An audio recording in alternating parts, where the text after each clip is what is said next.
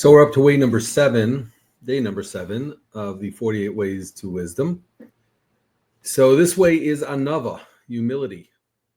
So picture a humble person walking into your home. How would you describe that person? So in all likelihood, you'd imagine someone slightly bent over, face to the ground, meek, nondescript, probably mutter, excuse the interruption, right? Yet, who does the Torah describe as the most humble person that ever lived?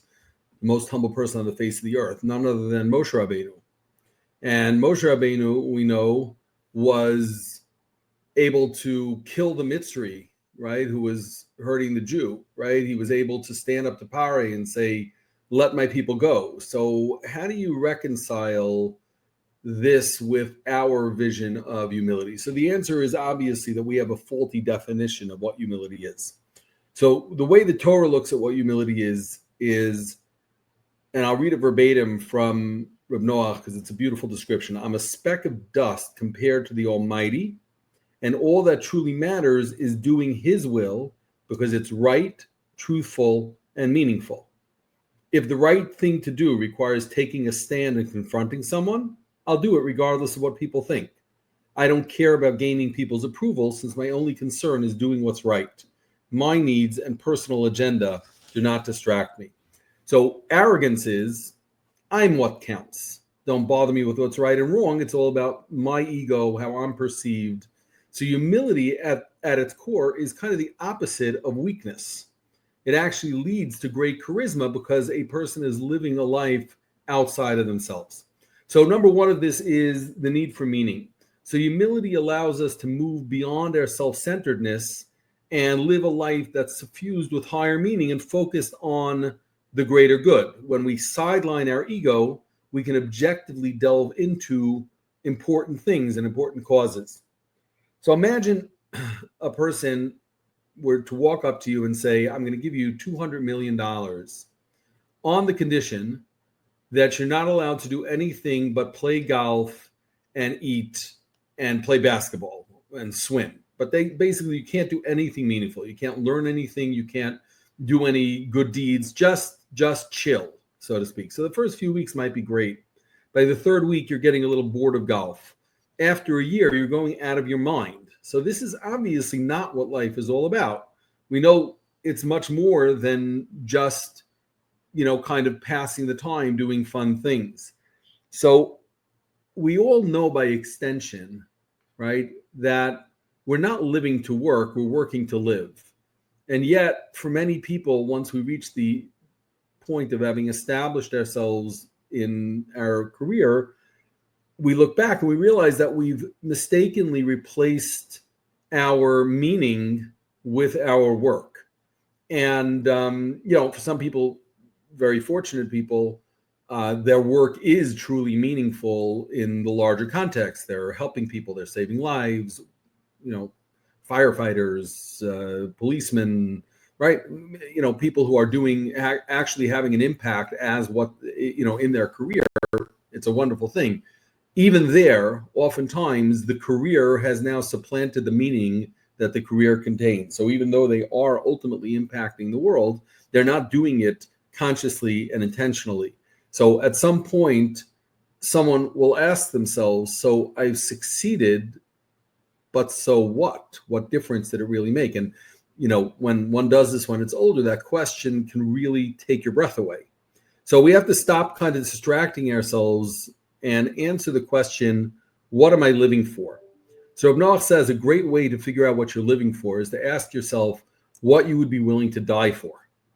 What cause is so great in your mind that you would be willing to give up your life for that cause? Once you've identified something that's so important to you that you'd be willing to give up your life for it, try to live for that same cause. Don't wait until that ultimate choice has to be made. Live for it today. So number two of this is to be objective. So living with humility also is striving for objectivity. So let's say your coworker offers a suggestion of how to better accomplish a project that you're supposed to be leading. So there's an initial visceral ego-driven reaction to find fault with it and kind of regain the equilibrium of control that you felt you had. But what humility requires is that you look at it objectively and you ask yourself, is that truly your better way? And if you are a humble person, then you're a bigger person and you're able to admit, you know what? I like that idea. It's a good one. Let's run with it. So one way to obtain that type of humility on a regular basis is, when presented with a situation like that, ask yourself what you would advise someone else in that situation. We're all great at giving out advice.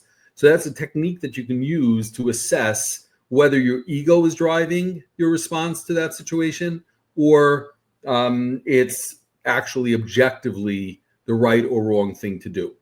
So it's a really critical tool that we can use to maintain objectivity, and objectivity is critical in learning, which brings us to number 3, which is the prerequisite for wisdom. Humility, in order to acquire wisdom, humility is almost a prerequisite for it. We learn from a pasuk in Yeshaya that the Torah is compared to water, which we know from many different places.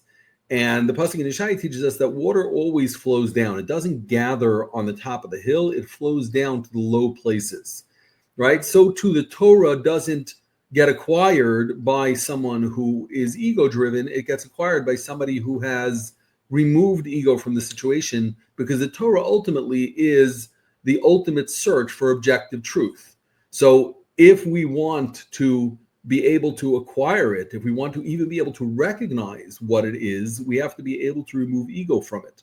So when you think about it, that's why Moshe Rabbeinu, right, the most humble person of all, was the one who brought us the Torah, right? It's why the Torah was given in the desert on a lowly mountain, right, Har Sinai, right? So we understand this idea that if we want to be able to acquire pure truth, we have to be able to look at it objectively. We have to be able to ask ourselves, is this real, or am I coloring it to win the argument, to win the battle, to make my point, to be seen as the smarter or the greater or the bigger? So when you hear wisdom, examine it objectively, and if it makes sense, accept it regardless of the source, and especially if that source is not you. So a couple of applied wisdom ideas. 1, take an issue you're struggling with and imagine advising someone else who came to you to present that issue for your advice. Amazing technique and totally worth doing. Idea number 2 is, think of a time where you let your ego get the best of you, and looking back with the objectivity of hindsight, ask yourself, would I do it differently?